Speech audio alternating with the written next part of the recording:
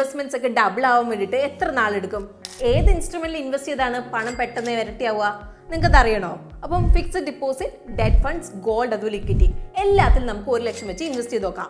ഇപ്പം എഫ് ഡിയിൽ നിങ്ങൾക്ക് ഒരു 6% ഇൻട്രസ്റ്റ് കിട്ടുവാണെങ്കിൽ നിങ്ങളുടെ പണം ഇവിടെ ഡബിൾ ആവാൻ വേണ്ടി 11 വർഷം എടുക്കും. ഡെറ്റ് ഫണ്ടിൽ ഒരു 7% ആണെങ്കിൽ ഒരു 10 വർഷം എടുക്കും. പക്ഷേ ഇവിടെ ഏറ്റവും ഇൻട്രസ്റ്റിംഗ് ആയിട്ടുള്ള കാര്യം എന്താണെന്നുള്ളത് നിങ്ങൾക്ക് അറിയുമോ?